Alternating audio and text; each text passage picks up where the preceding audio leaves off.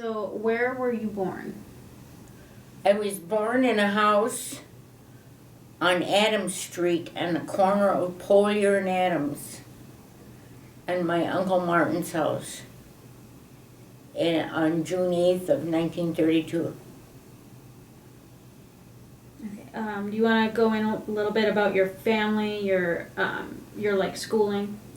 Well, I'm the oldest of 6 children, and I was born in, I think my parents were married about 4 years before, and I'm the first child before I was born. They didn't think they were going to have any children, so they were going to adopt a child, and they kept this. They did get the child, and they kept it for 6 months, and they found out that I was going to be coming along. So then, this is during the Depression, and they gave the child back. It was she was a relative from the Metoxen family. I was always raised close to the earth, I have to say, because my father knew everything about gardening and farming, and he taught me how to do all of those things from early on. For instance, one experience was he had a Model T truck, and he had large barrels, 55-gallon barrels, and he would collect refuse or garbage from the homes that would have a lot of waste. And then he had a herd of pigs, and he would feed them. He would buy something called middlings. It was bran or something like that. And so he raised all of his own meat. He raised the pigs. He had 200 ducks. He had raised rabbits and doves, all for our home consumption. And we had very good food. But I learned how to do all of those things, how to care for all of those things, and how to process those things from little on. I was raised like a son. And then, let's see, you want to talk about school? Where you went to school? I went to several schools. My first school was Alloway School. It's gone now. They got a CVS building there up on Alloway, Webster in Alloway Road or Street. It was about 1.5 miles from home, so there were no kindergartens, so I had to start first grade and walk to school about 1.5 miles. And I remember the teacher's name was Miss Fogarty. I got along very well in school because my mother taught me how to read when I was 5. She taught me everything about those Jack and Jill books, or See Jack Run. I remember the pages, the pictures on the page, and what it said when I was just 5 years old. But I did have to walk to school, and that was disturbing because one time they had, when the leaves turned color, it looked like a bush, looked like a tiger to me that was chasing me or something, and I ran because that's what it looked like. I ran all the way home. And then I went to 2nd grade, and I remember in 2nd grade, that was at the same school, and the first movie that came out from Disney, I was seeing, and I know what that movie is. It's called Steamboat Willie. And they still talk about it on Disney World and Disneyland, about Steamboat Willie. He was the first mouse caricature. And I remember seeing that movie. But I belonged in a Girl Scouts group there, and I did extracurricular things. When I went to third grade in Elmore School, and that was an unusual experience, I guess I could say.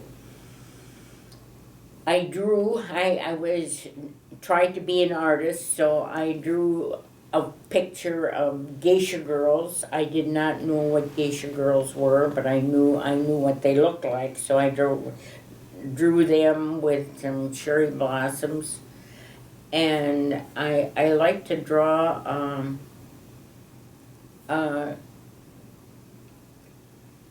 things from the Mediterranean or from the Caribbean, where it would be palm trees and sand and that kind of thing. And I used to draw a lot of pictures like that. And we had a couple events. One event was to do the minuet from the Revolutionary War times. So we had to have a dress, a Revolutionary War type dress. And so my mother went to Mrs. Oakrey, her friend, across the field, and they made a dress for me. And so I did that. But the academic thing I did was I took clay balls in a cardboard box. This is when I was in the third grade, and made the solar system. And my teachers and my parents did not know. They didn't know how to take me because I was like accelerated in what I did. If I got exposed to something, I knew it right away. Like Brahms' Lullaby. We had music, so we sang Brahms' Lullaby. So now I know Brahms' Lullaby, and I know who Brahms is. And I was in the third grade at that time. Then we had a huge garden there, about 1.5 acres, and then Dad lost his arm when he was 38, and we moved to the farm. We moved to the farm in Oneida where I was raised and where I worked, and that's where I left from when I went to the Air Force. Okay. I think last time I remember you were talking a bit about your high school experience. I can't remember. You were put in charge of certain things, right? Oh, yeah, I guess. I went to 2 different high schools. I went to Nicolay High School in West De Pere. The building is still there. It's part of St. Norbert's College now. But that's the school I went to from freshman and sophomore. And I learned to type there. I think it must have been 1947 when I learned to type. I did very well. I got all A's in my classes. You would be 4 now. As a freshman and also as a sophomore. When I was a sophomore, the soldiers at the end of the war, it was the end of World War II, and there were men who were coming back who hadn't finished high school before they went into service, and now they were wanted to finish, so they were my schoolmates when they came back from the military, because they were going to finish their high school and go on if they wanted to. That was interesting. I liked school. It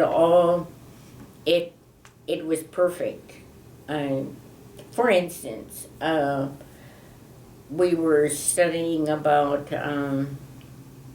medieval times, and had some stories about that. And so I had to do a project, so I carved a castle out of our ivory soap to go with my story. it wasn't easy to do this because I live now about 10 miles from school, and the bus did not go to my home. It went 2 miles from my home, so I had to ride the bus back and forth every day and then walk the 2 miles home or the 2 miles to the bus line with my projects. And one of my projects was a French horn. So I carried a French horn, I carried my books, and walked the 2 miles. That wasn't easy at all. And one particular time, they dropped me off by Hintz's house, and I could go across the field to my house. It was 11 below zero.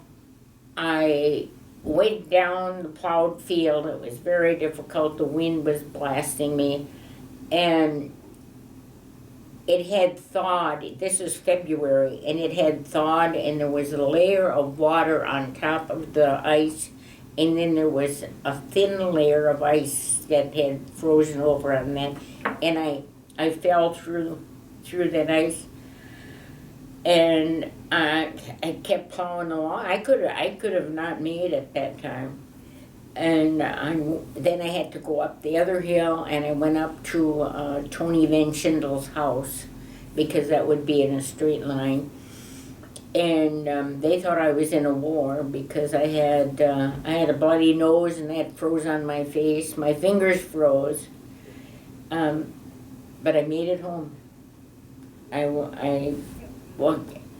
To this day, when it's cold, I get the flashback all the time on how cold it was. My hands were so cold that in the end I didn't even feel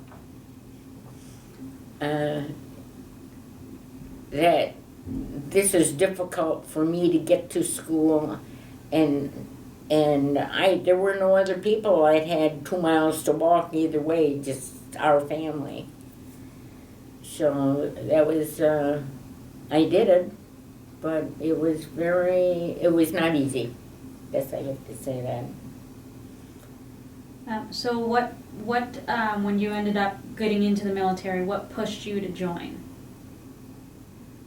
Well, the second 2 years of my high school, I went to Seymour High School for my junior and senior years.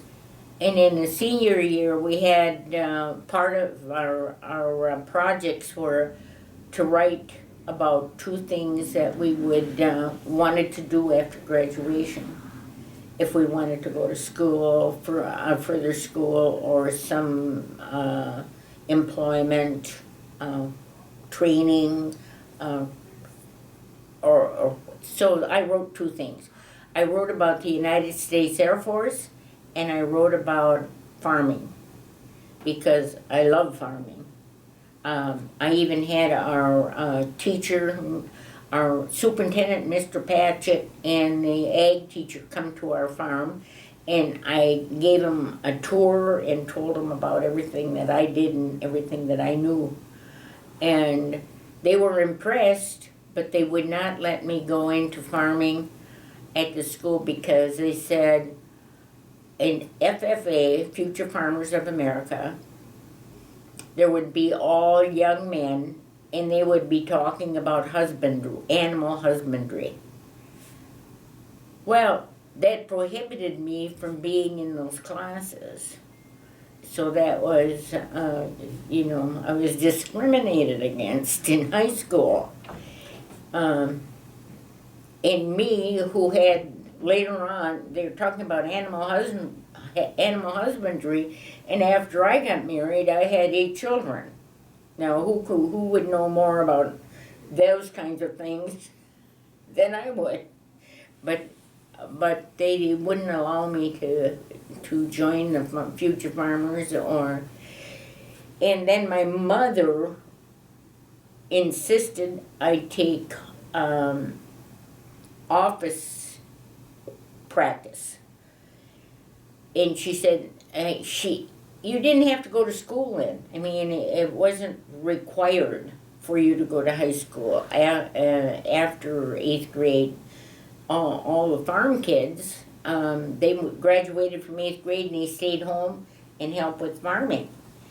And I didn't have to go to school, but she said, well, if you want to go to school, you have to take these office practice kinds of courses because that'll give you something to fall back on. And she was looking out for my good. But I did not want to take office practice. That was accounting, shorthand. To this day, I can read and write great shorthand. That would be in the office, the principal's office, work there with the secretary, do all of those kinds of things that had to do with business. And what I wanted to take were the science courses, and but I had to be channeled into this one to take that. I had my farming experience, so that was good, and my farming experience is what helped me to go into the Air Force as a technician, as a radar technician, because my father is the one who taught me everything about that. He taught me everything about the farm, no matter what it was. Like he was raising a son, because I'm the oldest, and he was limited in what he could do, but he knew how to do it, so he taught me.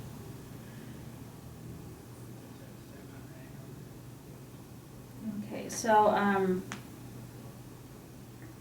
then you decided on joining the United States Air Force. Yes, I did. My parents would not sign for me. I graduated when I was 17, and they didn't like the idea of a young woman going into the military. But I had asked my dad if he could help me go to, they called it, 2 years of normal school. It was, you could go and be a teacher. And so I asked him if he could help me out with that. And he said he couldn't spare any money because my grandmother was living with us, and my 2 cousins were 6 children and 2 cousins who lived with us at the farm. And so there was all those people to support.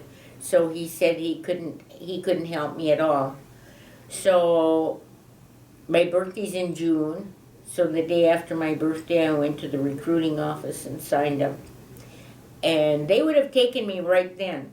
They would have taken me for the Army. And I told them, no, I didn't care to go in the Army. I will wait for the quota for the Air Force. So then I waited about 6 months till January, and then it was January 2nd, I was sworn into the Air Force, 1951. Okay, and then so let's get into basic training now. Where was your basic training? Lackland Air Force Base in Texas. How long? At San Antonio. Okay.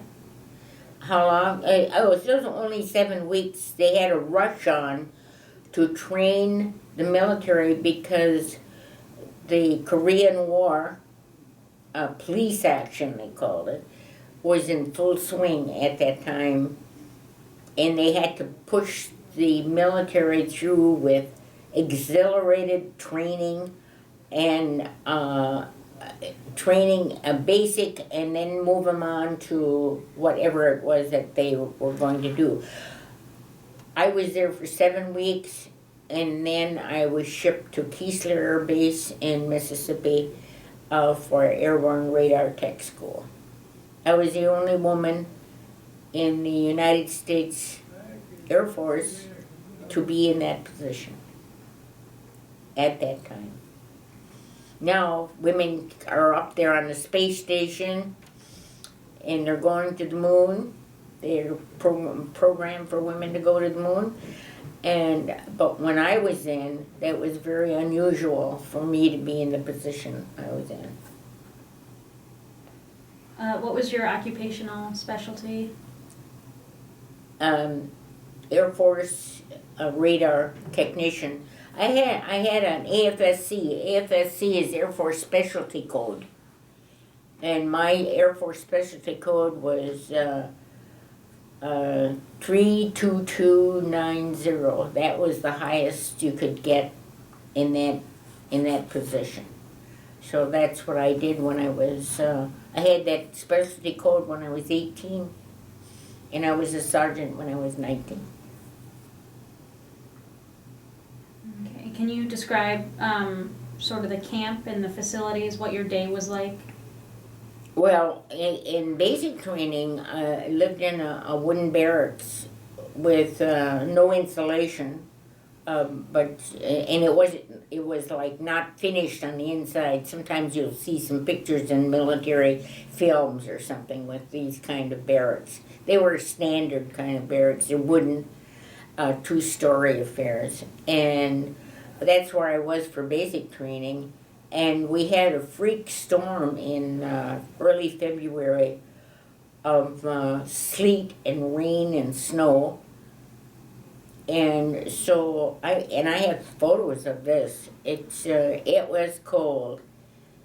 But what happened is the United States were recruiting all these young men, and they didn't have wooden barracks for them. They put them in tents. And they were getting pneumonia and suffering out there. And there were a lot of them who committed suicide while I was there. The ambulances were running all the time for two things. One of them, if they had a reaction to all the shots, because you got 6 shots at one time, you go through a line and you get your vaccination and all the shots. I saw a strong man faint right in front of me, going through the line for shots. But they had reaction to the shots, and also they were getting extremely ill from being in these tents in that storm. And they would go to the top of the water tower and jump off. Young men, because they had no recourse. There was no place for them to go to be warm. And after that, there was a congressional investigation. I imagine if I Googled it online, that I could find out all about this. There was a congressional investigation then. And there was another congressional investigation later on when I was at Keesler Air Base.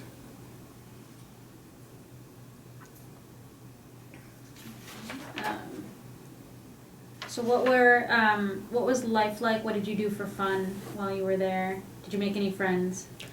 Oh, yeah, my buddies, I think there were 6 of us in one room, and with double bunks.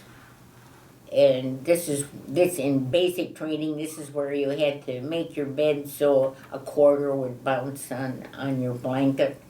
You had to have it that tight, or you had to have your shoes lined up a certain inch from the edge of your bunk, and your shoes were always shined.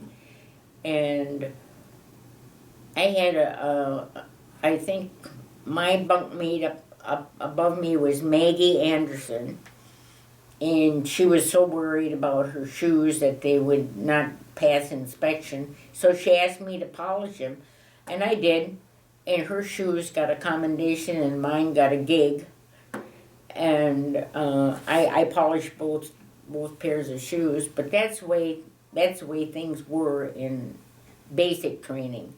You had to have your hair cut a certain ways above your collar, or everything had to be ship-shape, no exceptions. And you had to, we would march early in the morning. We would march everywhere, by the way. I mean, we would march to meals every day.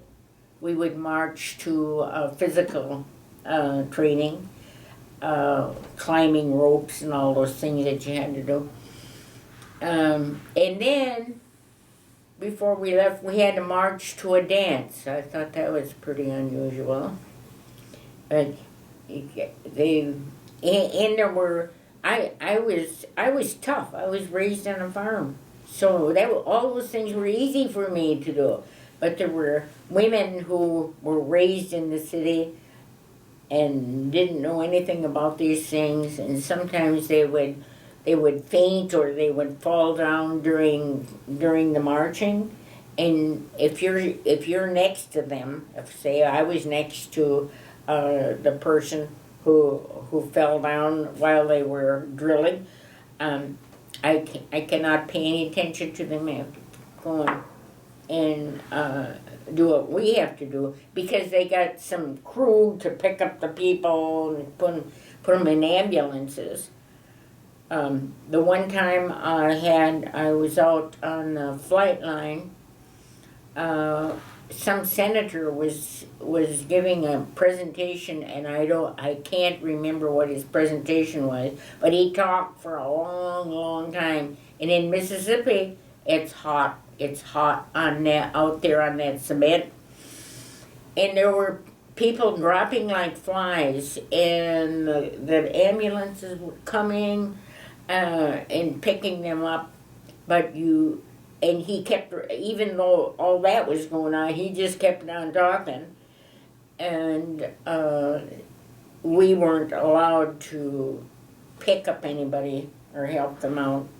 They had to wait for the medic, and that happened. I don't know how long he talked, but it was an awful long time.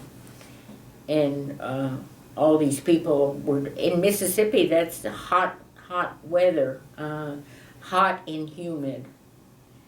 So, and then again, I could withstand this. I mean, I was used to that kind of thing. I was used to, getting to the nth degree physically.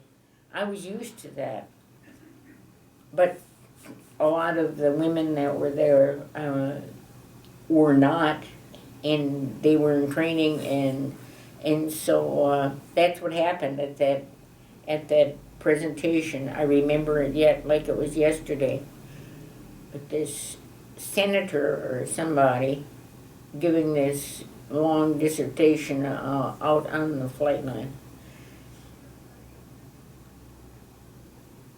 All right, so we'll get into your first duty station now. How were you alerted of your first assignment? Well, I was in school for almost a year, because that electronics training is brand new to somebody, to all of the people. And so it was late November when I got shipped out, and my orders were for Buzzards Bay, Massachusetts. And when I saw that, I said, oh my gosh, where in the world are they sending me? And I thought this would be challenging. And it wasn't. It was Cape Cod, Massachusetts. But I was sent to Buzzards. I was sent to Buzzards Bay. I liked my assignment. That's where I was, right on the flight line. I wore fatigues. Do you see MASH? Do you ever see MASH? The uniforms they have on, they call them ODs. They're olive drab. The uniforms they have, 2 pieces. That's what I wore every day out on the flight line. And brogans are boots. And or wear my boots and a flight jacket. And I went from my barracks to the mess hall to eat breakfast. From there, I went over to the flight line and into the shop. There was a shop called, it was the 564th Field Maintenance Radar Shop. And I quickly became the non-commissioned officer in charge of the radar section. And that's what I did for the duration of my time in the military. So, what was it? Can you kind of explain what you were doing, like what your job entailed? Yeah, I had electronic equipment components that were all about that big. They were called IFF, Information Friend or Foe, and the number was APX6. That was the number of the equipment, and then we got an upgrade to APX27, and that was when the airplanes, fighter aircraft, F-86Ds and F-94Cs, those were the two flights of airplanes, when they would fly in the air and they suspected another airplane in the area, they sent out a radar signal, and that signal would either bounce back as friendly or foe to the equipment. And that was what it was called, identification, friend or foe, IFF equipment. And that's what I did. I could take the component, go in the cockpit of the plane, and switch off the power to that piece of equipment, and then go down to the airplane where it was, and then pull it out, put it on my shoulder, carry it to the shop, and plug it in and test it and see if everything was working correctly. And if it wasn't, then I had to tag it and fix it. And that's what I did. Okay. Let's see. What was life like at the station? Do you have any memorable experiences that happened? At where I was ultimately stationed, yes. Oh well, that's where I met my husband. He just came back from working in Japan. He was in Japan. He was near the Daiichi building where MacArthur was at that time, and he had been in Japan for 3 years, and we met we got married in 1952 actually, and then we lived off base. I didn't have to live in the barracks anymore.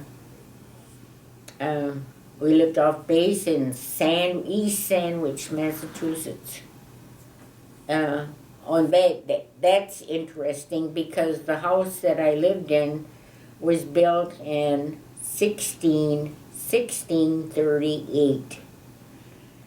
18 years after the Pilgrims landed, that house was built. And that's the house that I lived in. And that was fascinating. And I did a lot of stuff for the owner, Uncle Charlie, and he charged us I don't know, $50 a month, I think.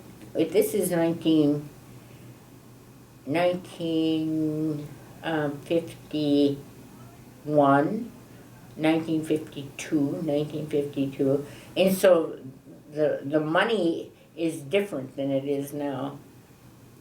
And so he charged $50 a month, and then he would pay me $10 a week to do all the laundry for it. It was like a bed and breakfast.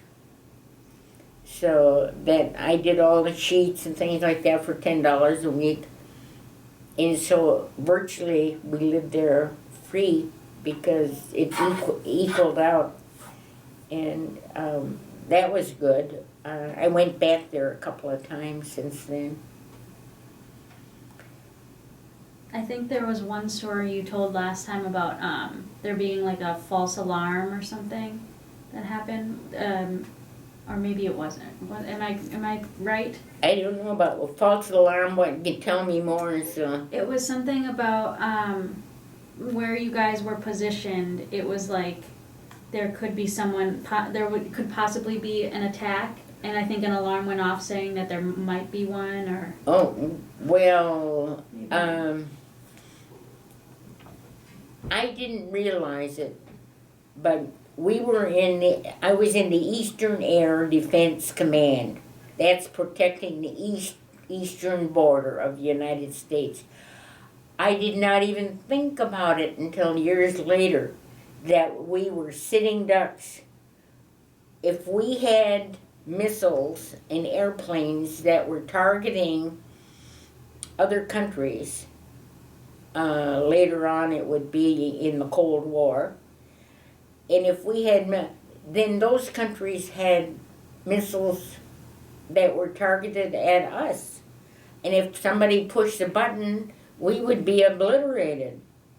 And that didn't happen in Massachusetts as much as it did in later on when I was a dependent. In Maine, they had the SNARC missile there, Intercontinental Ballistic Missile, ICBMs. And those all were programmed for a place in Russia during the Cold War. This is in the 50s. And I didn't even think about it. Here I am with my family, with my children, and if there was a missile that went off from our base, there would be a missile coming in too. And I never even thought about it until years later. That's the one I was thinking Mhm. of. That story. So where did you go after Buzzards Bay?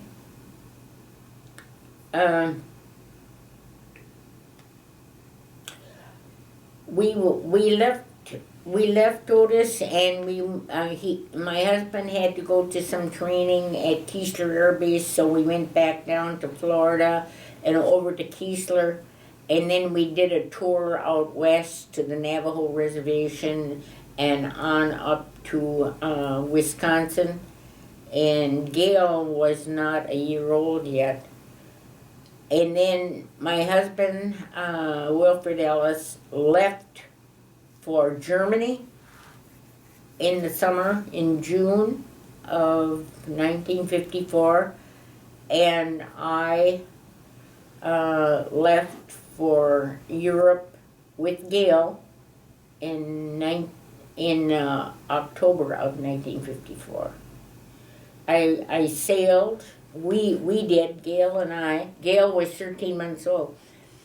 I sailed on the United States naval ship USS General Morris Rose. It was 10 days on the North Atlantic. I went right past the Statue of Liberty. I left Fort Dix from there, and I didn't get sick on the ship. It was a troop ship, so there were 2,000 troops. There were 500 dependents. I and Gail were some of the dependents, and the crew on that ship. And we traveled over to Bremerhaven, Germany, but we were 4 days in a storm in what do you call it? Hurricane. We were 4 days in a hurricane, and I never want to be in one of those again. The nose of the ship was almost a block long, and the nose would be down and the water would be up there. And then that would reverse, and we would weave from side to side like this. And everything that was loose would fly to the other side of the ship and then back again. I didn't get sick, but a lot of those soldiers, there were 2,000 of them in the whole, that they got very, very sick. And there was one lady who was in sick bay the whole 10 days, and I think she lost 25 pounds. She was so ill. I didn't get that sick. And then we landed in Bremerhaven, and I had, in the middle of the night, I had to get on a train from Bremerhaven to Munich, which is almost the whole length of Germany. You go from the North Shore down to Munich, and that's where we stayed for the next 3 years in Erding, which is a small town next to Munich.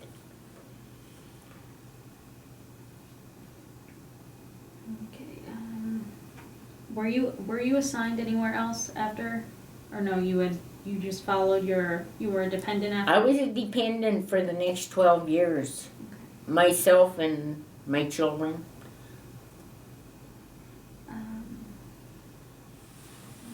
What was your contact like with your family back in Wisconsin? Over that time, well, only writing letters, and I wrote There's a strange story about my grandmother lived. My Indian grandmother, Essie Mae, lived with my mom and dad in her final days, and I wrote to her. I wrote to her in the summer of 1956, and I did not know that she passed away in April of that year. She passed away in April, and her friend Hyrie Dockstader, who was Floyd's grandpa, passed away on the same day, and they were buried from Ryan's funeral home on April 3rd of 1956. I did not even know she was deceased, and here in the fall I was still writing her letters. Nobody told me that she had passed away. And then Floyd's grandmother, no, Floyd, not Floyd, Bill's grandmother, Elizabeth Hayes, died that year, and some more of his family died that year. So we were gone for 3 years. So during that time, some of our relatives passed away in the States, and we were not able to go. The other thing was I had twin girls in 1955, October 31, and Denise was the firstborn, and Mary was the secondborn, and she died. So I have a daughter buried in Germany at Perlacher Forest. Okay. Let's see. At the end of your service, so let's talk about. We didn't cover how you got discharged from the military. Well, I was going to have Gail, and at that time in the military, women could not have children, married or not, and be in the military. But I didn't tell anybody in the military that I was going to have her. Instead, I went to a private physician, Dr. Cantwell. Poor man. He got, he was traveling to the Mashpee Indian Reservation to deliver a baby, and he fell asleep and hit a post and died. That was my doctor. And so, let me see, what was I telling you about? How you got discharged. Oh, yes, that's right, because when I did tell the military that, they knew, it's obvious, and I used to be working in the hangar, and and the guys knew about it, and they'd say, my captain said, Sergeant Ellis, and I said, yes, sir. He says, is that baby kicking yet? And and all the guys were down there. There were no women, just me. And they'd all chuckle about that. So they all knew about it. But officially, when the doctors knew about it, then I had to be discharged. And I would have rather stayed.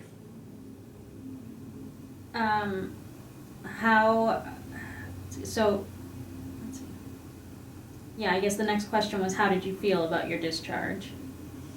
Well, now women can have their children. They just have to assign them for care to a relative or to somebody while they're in service, and they're serving all over the world, and they still have children. They're not discriminated against on that anymore. But I felt discriminated against all the time. I think I told you about the money situation. Well, I got paid $75 a month, and I had to stand in line and get paid cash once a month. And so I sent $50 home to Kellogg's Bank in Green Bay while I was at Keesler. So I had $300 in the bank, and I was going to buy my family Christmas presents with that. And when I come home in late November, and I went to the bank, and they wouldn't let me get my money out because I was not 21. You had to be the age of 21 to get your own money out. So my mom and dad didn't even know I had money, and I had to go and get them to get my money out of the bank. So that was a discrimination thing. It was, I couldn't go overseas because I wasn't 21. I volunteered to go overseas, but they wouldn't take me because I wasn't 21.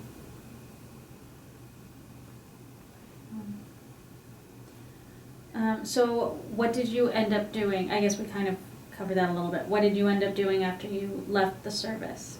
Yeah, I was for 12 years traveling with my husband and family. I think I moved 14 times in 16 years across the country and across the world. All over Europe and all over the United States. It was in Maine, Presque Isle, Maine, Malmston, Great Falls, Montana, Davis Mountain in Tucson, Arizona, Scott in Illinois, Keesler again after I left there and had to go back, and then in Germany. So I was all over the United States and Europe. What did you we kind of know where you ended up, but let's talk a bit about your career after you left the service. Well, in 1966, my husband was discharged after 25 years in the service himself, and we came back to Oneida.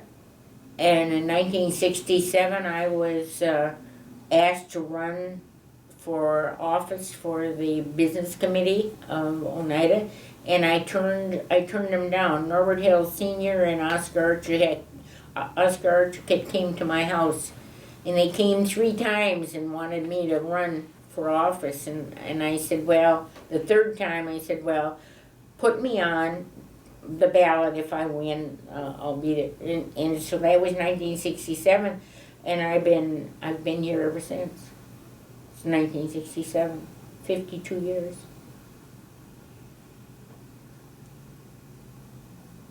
Okay, have you stayed in contact with anyone from the military? No, I haven't. Well, I guess I can't say that. Joe Fred, I was thinking about them the other day. Joe and Joanne Fred, they were stationed with us in Germany, in Erding. And they were good friends. They had little kids, and we used to play cards on Saturday night together. We'd alternate places and things like that. Play canasta, I guess. And so they were the friends that we had, and they're both deceased now. I got some Christmas cards that I kept from them from several years back. But those are probably the only ones that we've kept in contact with. Have you attended any reunions? No, No reunions. The only reunions I attend are my class reunions from high school. And the last one I attended, I was 68 years, graduated from high school. 68, 69, because our next one will be 70 years since I graduated from high school. Can you give like a summary of how you feel about your experience in the military? Do you think it was positive, negative? Well, I liked it. I liked the military. I got along very well with everybody. I was in an unusual position, and I supervised 23 airmen. They were all men, and they were all older than I was, and I supervised them. And I had no discipline problems whatsoever. Never had a discipline problem. And we got along very well, and we did our job very well. So I liked the military, even though it had some unexpected events that happened to me, like the planes that crashed. I don't know if I told you about them. I'll tell you about that story. On a Good Friday before Easter, I went to church, and I came out of church, and I saw an orange parachute and a box floating through the sky. I saw two parachutes, orange parachutes. And when I got back to my station, I found out that there was an airplane, a C-47, loaded with staff, about a dozen staff, who had just finished their inspection of our base, Eastern Air Defense inspection. So all those people were in the airplane, and then there were two F-80s, jet fighters, trainers, that came out from the clouds and came across the runway, and they collided with the C-47, so they all came down. The people, I think there were two in each fighter aircraft, the pilot and the radar observer.